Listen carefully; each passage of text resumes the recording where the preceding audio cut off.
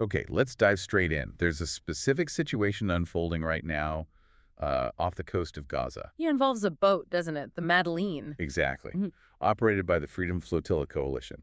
It left Sicily last Sunday, June 1st. Right. And on board, quite a mix of people. Yeah, activists, Mm-hmm. including, some names you might recognize.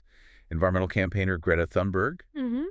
and actor Liam Cunningham from Game of Thrones. Right. And their destination is Gaza. That's the aim, to try and reach Gaza's territorial waters, maybe even as early as today, Sunday, June 8th. Okay. But what's really striking here, I think, is the reaction. Oh, absolutely. The sources are clear on this. Israel's defense minister, Israel Katz, has apparently vowed to stop them to prevent the boat from reaching Gaza. Yeah.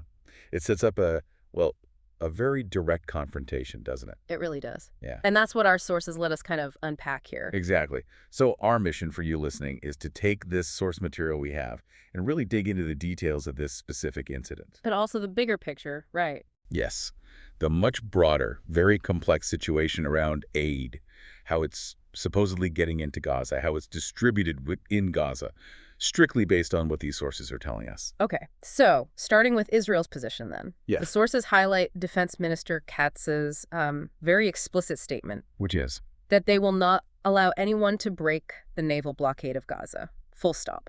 And the reason they give for that blockade, according to the sources, is preventing Hamas from importing weapons. Right, standard justification there. No. But the language about this flotilla, it's strong. How so? Well, Minister Katz reportedly instructed the IDF, the Israeli military, to act to make sure the Madeleine doesn't get there. Okay. And he apparently addressed Thunberg and the others directly. The sources describe the language as calling them anti-Semitic and Hamas propagandists. Oh, okay. That's pointed. Very pointed, and telling them straight up, you should turn back because you will not make it to Gaza. So no ambiguity there. None at all. And the sources also mentioned this broader warning from Israel, too. Which is? Basically, that they'll act against any attempt to break the blockade or assist groups they call terrorist organizations. Doesn't matter if it's by sea, air, or land. Okay. And is there a condition for lifting the blockade? Yes, the sources mention one. Israel says the blockade continues until all hostages are returned and Hamas is, quote, defeated or disarmed and sent into exile.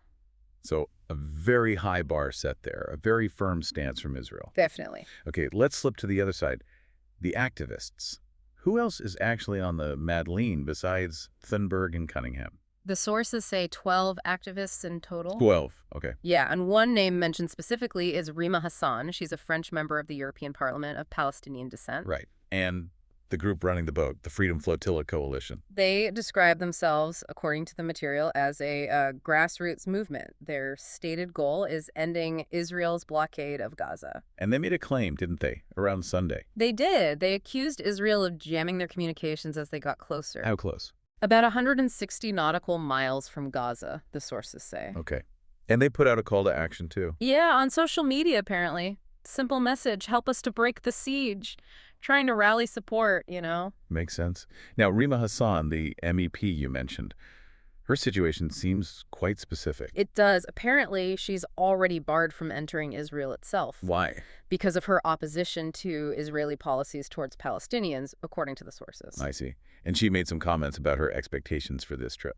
Yeah, pretty stark goals. She reportedly wrote on X on Sunday that she expected less than 24 hours left before we are illegally detained by Israeli authorities who want to prevent us from reaching the Gaza Strip. So she's anticipating being stopped and detained. And she had a message if they lost contact. Yes, a plea, basically, saying if communication cuts out, she's counting on others to keep up the mobilization, the support that helped them get this far. That really shows the level of risk they feel they're taking, doesn't it?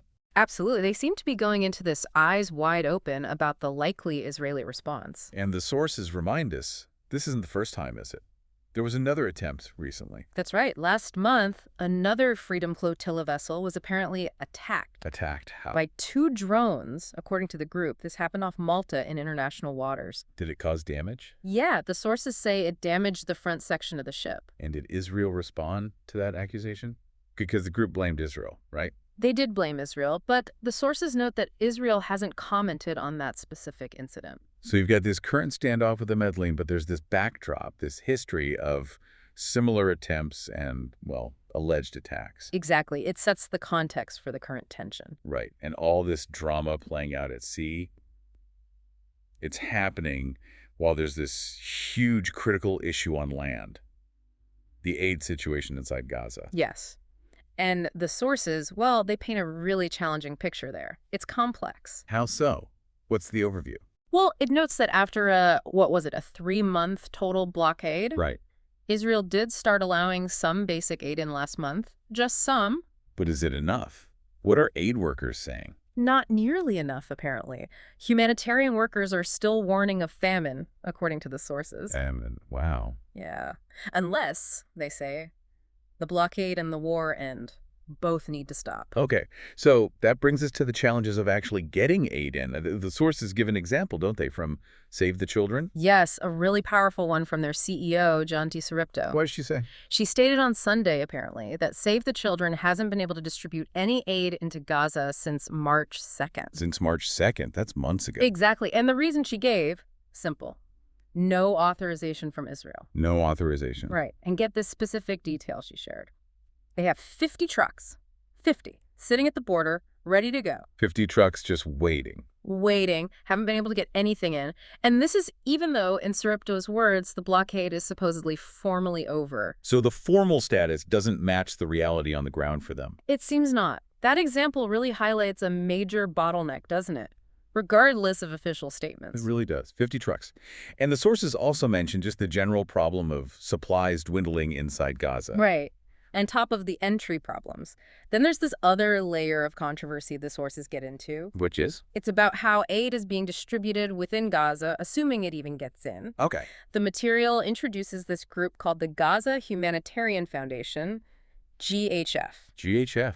Never heard of them. Who are they? Described as a new group, mainly American contractors. American contractors distributing aid. Apparently. And Israel's intention, according to the sources, is for this GHF to actually replace the system that was coordinated by the UN and international aid groups. Replace the UN system? That sounds significant. It is. And where these GHF hubs are located is also interesting. Where? Inside Israeli military zones. Inside military zones. Yes, and the sources are explicit. Independent media have no access to these areas. So a new system, run by contractors inside military zones with no outside media access. That's the picture the sources paint. And it naturally leads to very different views on how this is working. Conflicting viewpoints, I bet. Absolutely. You have Israel and the United States, for example, accusing Hamas of stealing aid from the previous system. Okay. What does the UN say? The UN, according to the same sources, denies any systematic diversion. They say it's not happening on a large scale. So direct disagreement there. Right. And the UN is critical of this new GHF system, too. How so? They say it's just unable to meet the huge needs in Gaza. Not up to the task. Basically. And furthermore, the UN claims, according to the material, that this system allows Israel to use aid as a weapon. A weapon? By letting Israel decide who gets aid and potentially forcing people to move to get it, relocating them to where these GHF sites are set up. I see. So controlling movement by controlling aid distribution points. That's the UN's allegation, as reported in the sources. Two very different takes on the GHF system's effectiveness and, well, its intent. And this gets even more disturbing when you look at incidents reportedly happening around these distribution sites. Yes. The sources report claims from the Hamas-run Palestinian Health Ministry and also from witnesses. What claims? That on Sunday, at least 12 people were killed and others wounded by Israeli fire. Killed? Where? As they were heading towards two GHF aid distribution points near Khan Yunis and Rafah.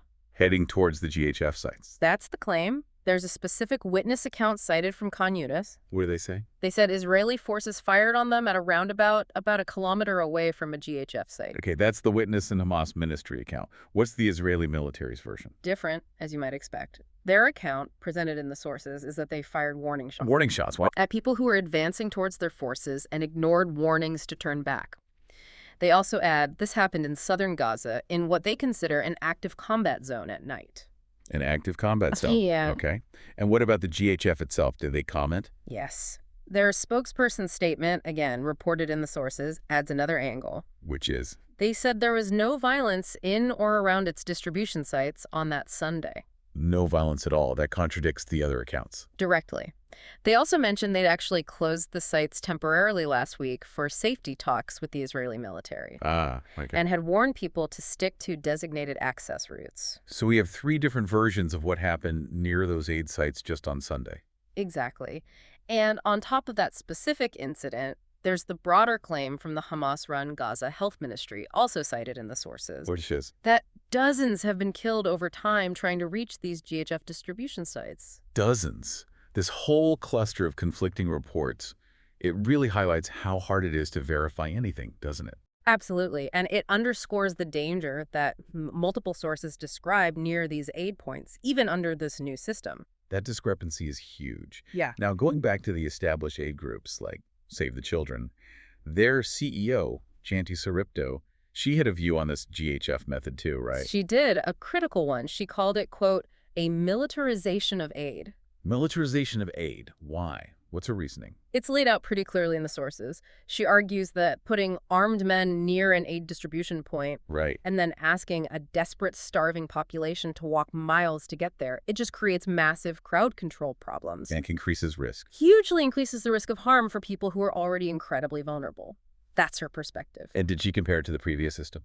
She did. She contrasted it, saying she thought the old mechanism, the UN-coordinated one, worked fine during the pause in fighting earlier this year, January to March. Oh, fine. How? She said they got trucks of supplies in at scale during that period.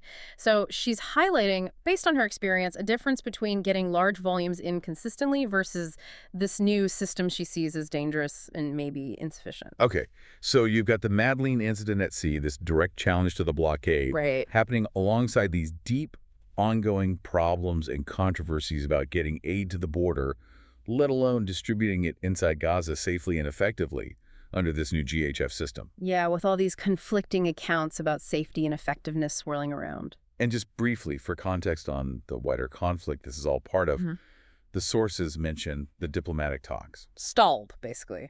Mediated by the U.S., Egypt, Qatar, but deadlocked for months, the sources say. And they recap the start of the war. Yes, the Hamas attack on southern Israel, October 7th, 2023, killed around 1,200 people, mostly civilians, took 251 hostages. That's the origin point mentioned. And the current hostage situation. Sources say 55 are still held. Fewer than half are believed to be alive. Israel's recovered dozens of bodies, rescued 8 living hostages during the war. Grim numbers. And casualties on the Palestinian side. The Hamas-run Gaza Health Ministry reports over 54,000 Palestinians killed. They say mostly women and children, but the sources note there's no civilian versus combatant breakdown provided. And Israel's figures? Israel, according to the sources, says it has killed over 20,000 militants, but again, the sources state they haven't provided evidence for that number. So huge casualty figures on both sides, underscoring the intensity of the conflict that's the backdrop for all these aid issues. Exactly. It frames everything else we've discussed. Okay, so let's try to pull this together based just on these sources. We have the flotilla attempt meeting a very firm military no. Right. We have established, experienced aid groups like Save the Children saying they can't even get authorized trucks across the border despite the blockade being formally over. That bottleneck. Then we have this new GHF distribution system inside Gaza, run by contractors in military zones, no independent media, and completely conflicting reports about its safety, its effectiveness, and tragic incidents happening nearby. It's a really tangled picture. It absolutely is, and it leaves us, and you listening, with a really important question to think about based only on this source material we've just walked through. Go on. Given these starkly different accounts of what's happening near the new aid sites, given the explicit challenges established aid groups face just getting supplies to Gaza, and given the military's clear stance on stopping blockade runners like the Freedom Flotilla, what does this deep dive really tell you about the fundamental obstacles, the core problems standing in the way of getting help to truly desperate people in Gaza right now?